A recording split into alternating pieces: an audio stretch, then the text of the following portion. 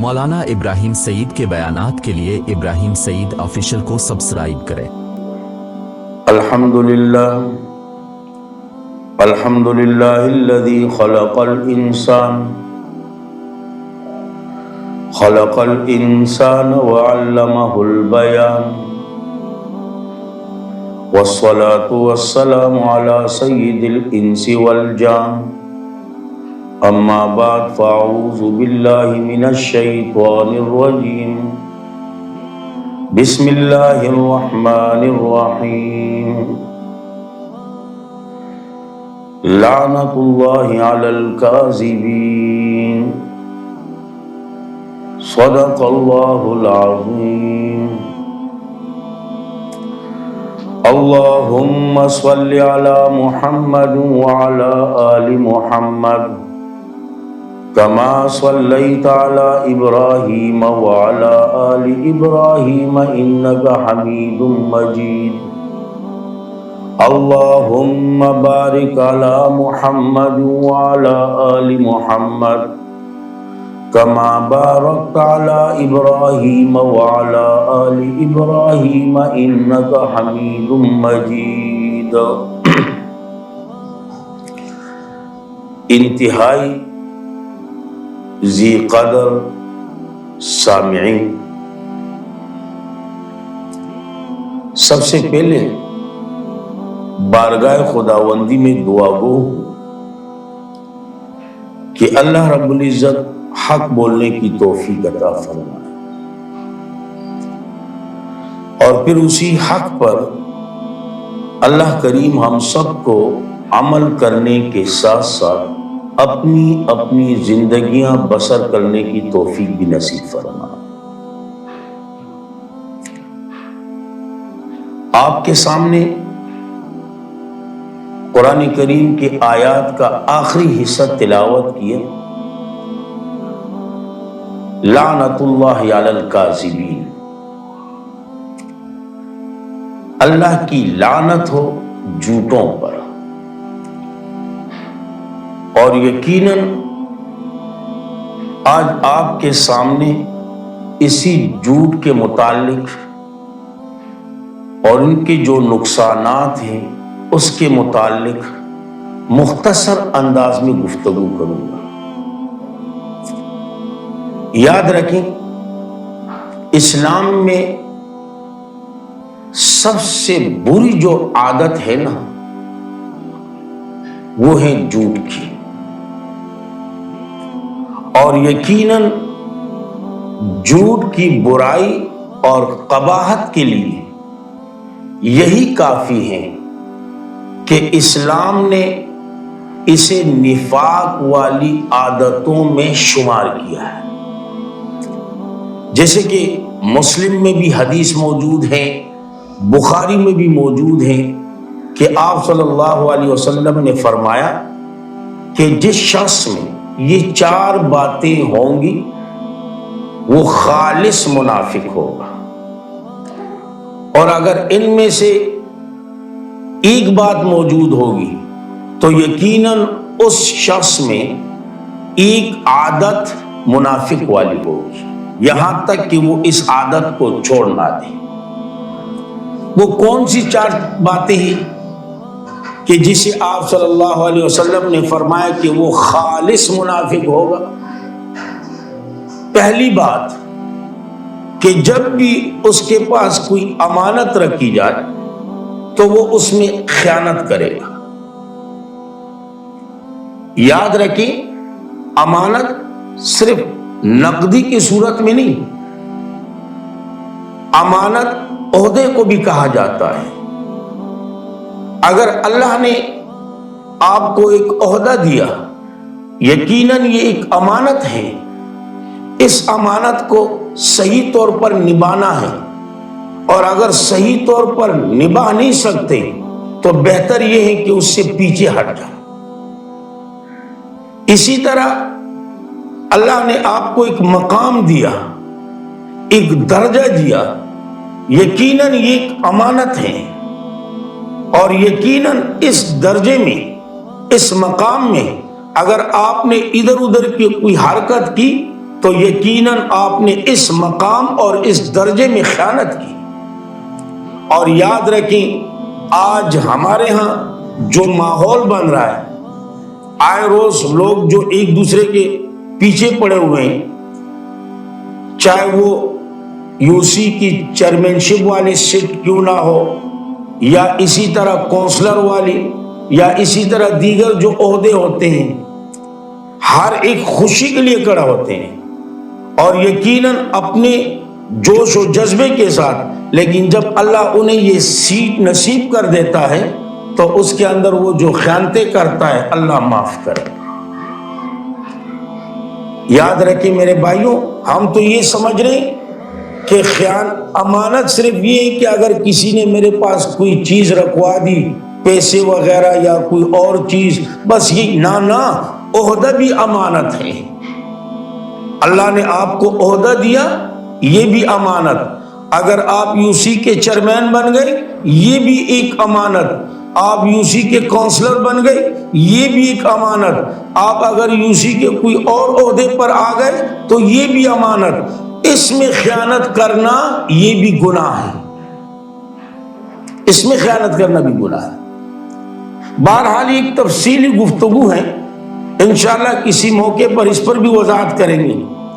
آپ صلی اللہ علیہ وسلم کے داماد ہیں حسن و حسین رضی اللہ تعالیٰ عنہ کے والد محترم ہیں، شیر خدا ہیں حضرت علی کرم اللہ وجہہ۔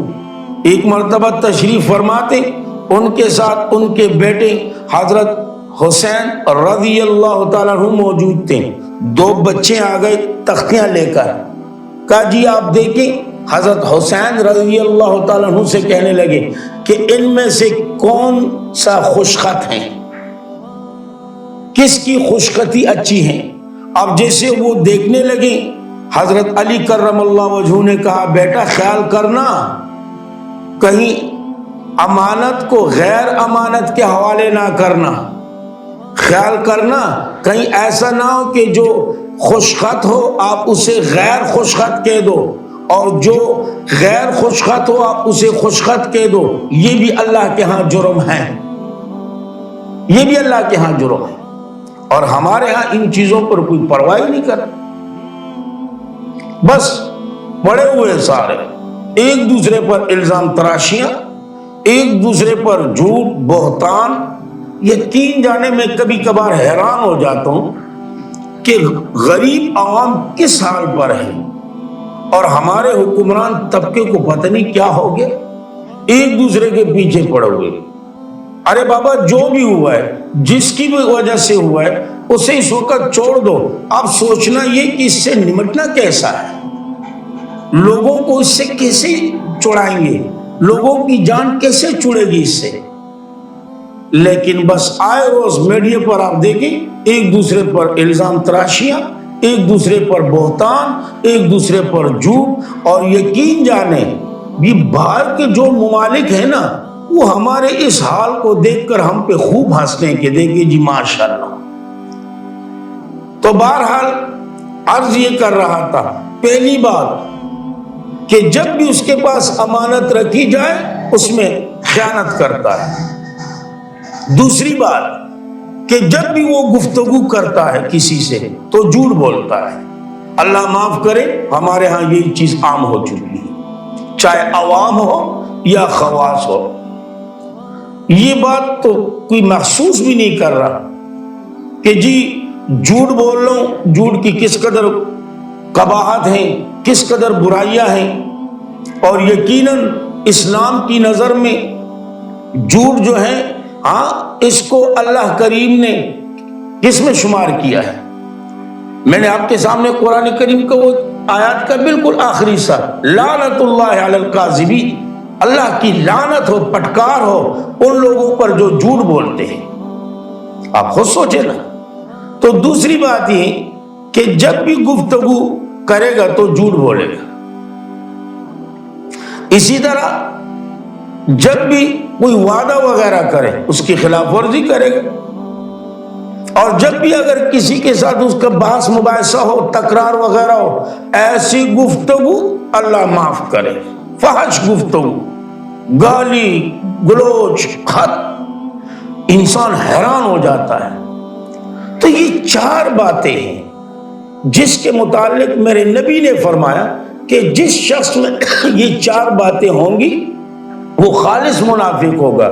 پہلی بات، جب بھی امانت رکھی جائے خیانت کرے گا، جب بھی گفتگو کرے گا جھوٹ بولے گا، اور نمبر 3، جب بھی وعدہ کرے خلاف ورزی کرے گا۔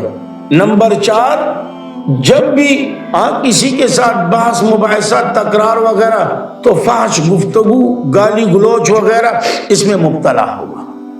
تو آپ سوچیں نا، ان باتوں پر غور کریں کہ آیا یہ 4 باتیں ہم میں ہیں یا نہیں۔ یہ 4 باتیں عوام میں خواص میں موجود ہیں یا نہیں۔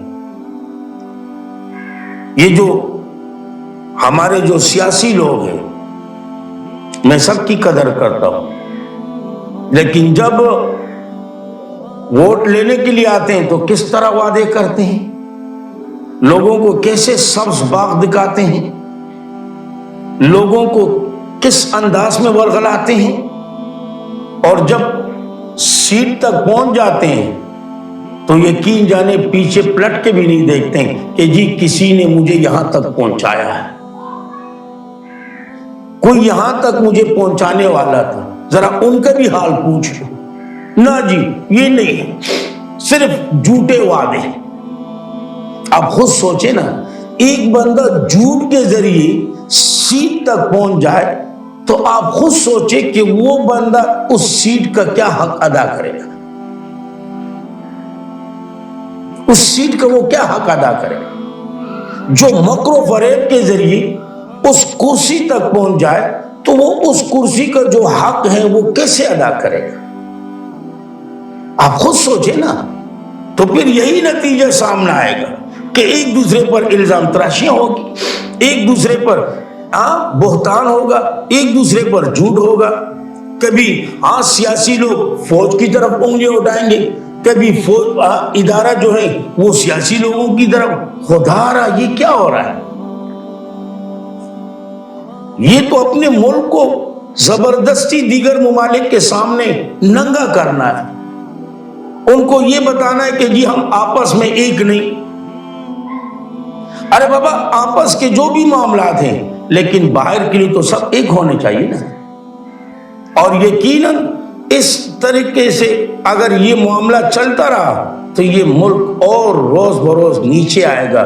یقیناً یہاں تک کہ ایسا بھی ہو سکتا ہے، اللہ نہ کرے کہ غیر ہم پر مسلط ہو جائے اور سب کچھ ختم ہو جائے، تتر بتر ہو جائے، کیونکہ کمزور ہو جاتے ہیں لوگ۔ الزام تراش کیا۔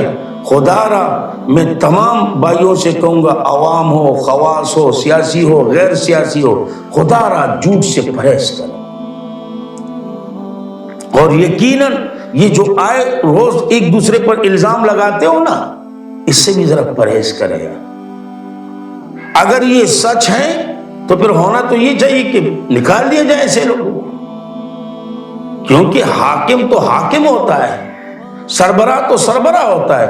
اور یقیناً جب سربراہ کے اندر للہیت ہوگی، اخلاص ہوگا، عدل ہوگا، انصاف ہوگا، تب جا کے اللہ کی جو رحمتیں ہیں، انوارات ہیں، وہ برسیں گی۔ اور اگر جو سربراہ ہیں وہ خود ہی ادھر کا ادھر ہو تو اللہ کی رحمتیں کیسے آئیں گی، انوارات کیسے ہوں گے؟ تو پہلی بات تو یہ کہ اگر جھوٹ ہے تو ان جھوٹ سے پرہیز کرے، ایسا جھوٹ نہ بولے کہ جس سے ادارے بدنام ہو جائیں، غیر ممالک والے بھی اداروں پر انگلیاں اٹھائے۔ اور اگر یہ سچ ہے تو پھر ان اداروں کو چاہیے کہ اس سچ کی تحقیق کرے، اور جو اس میں ملوث ہو اس کو سخت سے سخت، کڑی سے کڑی سزا دی جائے، تاکہ عبرت کا نشان بن جائے، تاکہ کوئی ایسا قدم پھر نہ اٹھائے۔ تو عرض یہ کر رہا تھا کہ جھوٹ ایک بہت ہی بری عادت ہے، جیسے کہ ابھی آپ کے سامنے میں نے حدیث بیان کی آپ صلی اللہ علیہ وسلم کی، اور یہی حدیث بخاری اور مسلم میں موجود ہے۔ اسی طرح دوسری برائی جو جھوٹ کی ہیں وہ یہ ہے کہ جھوٹ بولنے والا اللہ کی ناراضگی اور عذاب میں گرفتار ہوتا ہے۔ آپ صلی اللہ علیہ وسلم کی حدیث ہے، مسلم میں بھی موجود ہے کہ آپ صلی اللہ علیہ وسلم نے فرمایا کہ روز قیامت 3 شخص جو ہیں وہ ایسے ہوں گے کہ اللہ ان کی طرف دیکھے گا بھی نہیں، ان سے گفتگو بھی نہیں کرے گا، اور یقیناً ان کا تزکیہ بھی نہیں کرے گا، یعنی گناہوں سے پاک بھی نہیں کرے گا۔ وہ کون کون سے؟ پہلے شخص جو ہیں بوڑھا زانی، اور ماشاءاللہ ہمارے ہاں ایسے ایسے بوڑھے سامنے آ رہے ہیں کہ نوجوان بھی حیران ہو جاتے ہیں، یقین جانے، اللہ معاف کرے، سمجھ میں نہیں آ رہا کہ جب بوڑھوں کا یہ حال ہو تو نوجوانوں کا پھر کیا ہوگا؟ نوجوانوں کا کیا ہوگا؟ وہ کہتے ہیں نا چھوٹے میاں تو چھوٹے میاں، بڑے میاں تو سبحان اللہ۔ ہمارے بڑوں کا یہ حال، حالانکہ اللہ کے نبی نے فرمایا بوڑھا زانی روز قیامت اللہ اس سے گفتگو نہیں فرمائے، اس کی طرف دیکھے گا بھی نہیں رحمت کی نظر سے، اور اسی طرح ان کا تزکیہ بھی نہیں کرے گا، یعنی گناہوں سے صاف بھی نہیں کرے گا۔ بوڑھا زانی، اور آج کل حیران ہو جاتے ہیں انسان، یقین جانے یہ آٹے کی جو معاملہ سامنے آ رہا ہے نا، آپ ذرا اس قطار میں دیکھیں جو بوڑھے ہوتے ہیں ماشاءاللہ، وہ بوڑھے اس قطار میں جو حرکتیں کرتے ہیں نا، رب کعبہ کی قسم مجھے شرم آ جاتی ہے۔ اس قطار کے اندر نوجوان تو چھوڑے، وہ تو نوجوان ہوتے ہیں، ذرا خون گرم ہوتا ہے، جوش ہوتا ہے، جذبہ ہوتا ہے، لیکن یہ بوڑھا جو ہے اسی قطار میں جو لیڈیز کے پاس قطار بنی ہوئی ہیں اس میں یہ جو حرکتیں کر رہے ہیں، آپ نے کبھی ان کی طرف دھیان دیا؟ انسان حیران ہو جاتا ہے۔ اسی طرح دوسرے نمبر پر وہ شخص کہ جو غریب ہے لیکن اس کے باوجود متکبر، فقیر ہے متکبر، اور اسی طرح جو جھوٹا بادشاہ، ماشاءاللہ اس کی میں کیا وضاحت کروں، ابھی تک تو ہمارے سامنے کوئی ایسا انسان دا پتر آیا بھی نہیں ہے، جو بھی آئے ماشاءاللہ جھوٹ کے بادشاہ۔ یہ 3 اشخاص ایسے ہیں کہ روز قیامت اللہ ان کی طرف دیکھے گا بھی نہیں، نہ ان سے گفتگو فرمائے گا اور نہ ان کو گناہوں سے صاف کرے گا۔ پہلا شخص وہ جو بوڑھا ہو کے بھی زنا کرنے والا ہے، اور دوسرا غریب اور فقیر متکبر، اور تیسرا شخص جھوٹا بادشاہ۔ اور یقیناً جب یہ ٹائٹل سامنے آ جائے نا جھوٹا بادشاہ، تو فوراً ہمارے ذہنوں میں ہمارے پاکستانی حکمران آ جاتے ہیں، جی یہ تو سارے کے سارے جھوٹ کے بادشاہ ہیں، سارے کے سارے ماشاءاللہ نہلے پہ دہلے، ایک سے بڑھ کر ایک آ رہے ہیں۔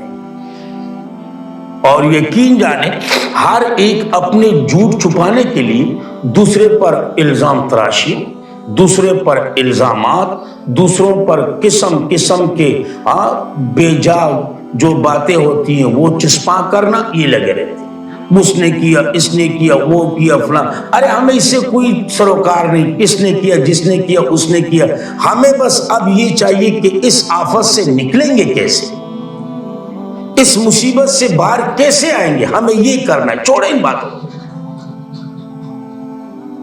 تو یاد رکھیں دوسری برائی یہ سامنے آ رہی، اور تیسری برائی آپ صلی اللہ علیہ وسلم نے فرمایا کہ جھوٹ سے بچو۔ کیوں؟ اس لیے کہ جھوٹ جو ہے نا یہ برائیوں کی طرف لے کے جانے والی ہے، اور برائی جو ہے یہ جہنم کی طرف لے کے جانے والی ہوتی ہے۔ اور یقیناً جو بندہ جھوٹ بولتا رہتا ہے اور جو جھوٹ کا عادی ہو جاتا ہے تو اللہ کے ہاں بھی وہ جھوٹا شمار ہونے لگ جاتا ہے، اللہ کے ہاں بھی ان کا شمار جھوٹوں میں ہو جاتا ہے، ان کا باقاعدہ نام جھوٹوں میں آ جاتا ہے۔ تو خدا را اپنے آپ کو اس سے بچائے، جب اس حدیث پہ انسان غور کرے نا کہ آپ صلی اللہ علیہ وسلم نے فرمایا کہ جھوٹ سے بچو کیونکہ جھوٹ برائیوں کی طرف لے کے جانے والی ہے اور برائیاں جو ہیں یہ جہنم کی طرف لے کے جانے والی ہیں، حتیٰ کہ جو بندہ جھوٹ بولتا رہتا ہے یہاں تک کہ وہ اللہ کے ہاں بھی جھوٹا لکھ دیا جاتا ہے، تو مجھے اپنے پاکستانی حکمرانوں کا خیال آ جاتا ہے کہ ان کا کیا ہوگا، یہ تو وہاں کے ہیڈ ماسٹر ہوں گے، پھر وہاں کے پرنسپل ہوں گے، انہوں نے تو کبھی زندگی میں سچ بولا ہی نہیں، آئے روز جھوٹ بولتے رہتے ہیں، بس اپنے جو صفات ہیں نا، اپنا گن وغیرہ گاتے رہتے ہیں، دوسروں پہ الزامات وغیرہ، میں نے یہ کیا، میں نے فلاں کیا، میں نے کچھ بھی نہیں کیا، لیکن صرف اپنے گن گنا رکھ۔ تو یاد رکھیں تیسری برائی یہ سامنے آ رہی ہے کہ جھوٹ جو ہے نا، آپ صلی اللہ علیہ وسلم نے فرمایا کہ جو بندہ جھوٹ بولتا رہتا ہے نا، یہاں تک کہ اللہ کے ہاں بھی وہ جھوٹوں میں شمار ہونے لگ جاتا ہے، اللہ کے ہاں بھی اس کے جو معاملہ ہوتا ہے وہ جھوٹوں میں لکھ دیا جاتا ہے کہ یہ بندہ جھوٹا ہے۔ اور جھوٹ ماشاءاللہ، اب ناراض نہ ہو، صرف سیاسی نہیں، ہم عوام جو ہے نا، عوام ہو خواص ہو، ہمیں بھی اس کی لت پڑ چکی ہے۔ جب تک جھوٹ نہ بولے نا، یقین جانے ہاضمہ نہیں ہوتا، جب دو تین جھوٹ بول لیتے ہیں ڈکاریں آ جاتی، چلو جی پیٹ ہلکا ہو گیا، عادت ہو چکی ہے۔ یقین جانے کوئی گناہ سمجھ ہی نہیں رہا، یقین جانے سب سے پہلے میں اپنی طرف انگلی اٹھاؤں گا کہ ہمارا یہ حال ہے تو عوام کا کیا ہوگا۔ اور جب میں عوام سے نظریں اٹھاؤں اپنے سیاسی لوگوں کی طرف تو وہاں نظر دیکھتا ہوں تو ماشاءاللہ تو ان کا وہ حال ہے، تو پھر عوام بیچاروں کو تو کوئی قصور ہی نہیں، عوام کو تو کوئی قصور نہیں۔ تو یاد رکھیں جھوٹ جو ہے نا، یہ بہت ہی بڑی بری عادت ہے، بہت ہی بڑی بری عادت۔ اور میں نے تو آپ کے سامنے شروع میں قرآن کریم کی آیات کا وہ آخری حصہ، لعنت اللہ علی الکاذبین، لعنت ہو اللہ کی، جب لعنت کی بات آ گئی تو بات ختم ہو گئی نا یار۔ اور اسلام کی نظر میں جھوٹ کو اسلام نے نفاق والی خصلتوں میں، خصلت سے مراد عادت یعنی عادتوں میں شمار کیا ہے، اور یقیناً اسی جھوٹ کی بنیاد پر گھر تو کیا ملک تباہ ہو جاتے ہیں، ملک تباہ ہو جاتے ہیں۔ اور اگر ہم اس جھوٹ سے باز نہ آئے نا، یقیناً ہم ویسی تباہی کے دہانے پر پہنچ چکے ہیں۔ اور اگر اسی طرح جھوٹ پہ جھوٹ تو یقیناً اللہ نہ کرے وہ دن دور نہیں کہ ہم ایک دم ختم ہو جائیں، نام و نشانی ہمارا مٹ جائے۔ تو خدا را ان سب باتوں کو پیچھے کریں، آئیں مل کر توبہ استغفار کرتے ہیں، آئندہ جو بھی بولیں گے تو سچ بولیں گے، جو بھی کہیں گے تو سچ کہیں گے، اور سچ کے بغیر کچھ اور نہیں کہیں گے۔ اور یقیناً اس ملک کے خاطر سب ایک ہوں گے، کیونکہ یہ ملک یہ ایسے آسانی سے نہیں ملا، اس کے لیے ہمارے بڑوں نے قربانیاں دی ہیں۔ ہم اپنے جھوٹ کی وجہ سے، اپنے جھوٹے جو وعدے ہیں، جھوٹے جو اقوال ہیں، قول وغیرہ، جھوٹ کہنا بولنا، عادتیں وغیرہ، اس کی وجہ سے اس ملک کو ہم کہاں پہنچا رہے ہیں۔ ارے وہ شہداء جنہوں نے اس ملک کے لیے قربانیاں دی، اپنا خون قربان کیا، اپنی جان قربان کی، اپنی عزتیں قربان کی، اپنا مال قربان کیا، وہ کیا سوچیں گے کہ ہم نے اس ملک کو اس لیے بنایا کہ آپ جھوٹ بولتے رہو، ایک دوسرے پر جھوٹے الزامات لگاتے رہو، ایک دوسرے پر بہتان باندھتے رہو، بس ایک دوسرے کے پیچھے رہو، ایک دوسرے کو کھینچے تو دوسرا دوسرے کو کھینچے۔ ارے خدا را ایک دوسرے کو کھینچنا چھوڑ دو، اس ملک کو آگے بڑھانا ہے، اس کو آگے بڑھاؤ۔ کیسے آگے بڑھے گا؟ چلے آئیں مل کر بیٹھیں، اس کے لیے سوچیں۔ اللہ رب العزت عمل کرنے کی توفیق عطا فرمائے۔ وآخر دعوانا الحمدللہ رب العالمین۔